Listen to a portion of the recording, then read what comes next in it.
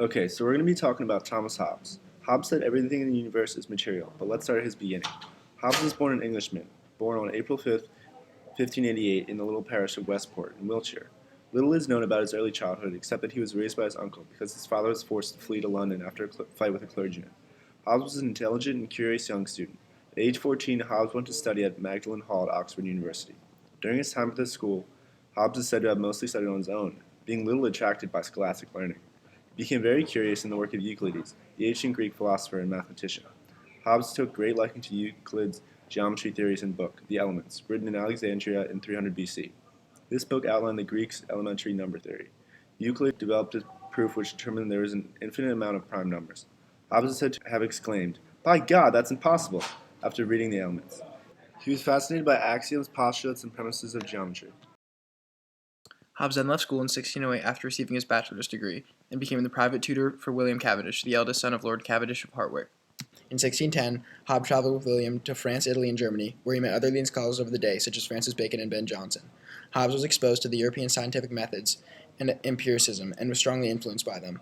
When he returned to England, he continued working as a tutor for various nobles. In 1629, his venture into the realm of philosophy officially began when he started his career as a writer. Hobbes published a number of books in the coming years, including the Elements of Philosophy trilogy. In 1651, Hobbes published the Leviathan, named after a mythical sea beast. This monster was a symbol for the beast that the English state had become during the English Civil War in 1642. The Leviathan outlined Hobbes' theories on materialism and human nature. He believed that we humans live in an entirely material world. Gods, angels, and the human mind are all material things in Hobbes' point of view. He denied witchcraft, religion, and acts of divinity, which caused much backlash. In 1683, his books were burned at Oxford for being heretical, and many considered Hobbes to be an atheist. However, Hobbes was perhaps the first to believe in the compatibility of free will and determinism. He thought, if everything is material, everything is ruled by natural laws, so everything is predetermined. But he also believed that humans had free will, and that if nothing hindered a man from completing a task, he had freedom.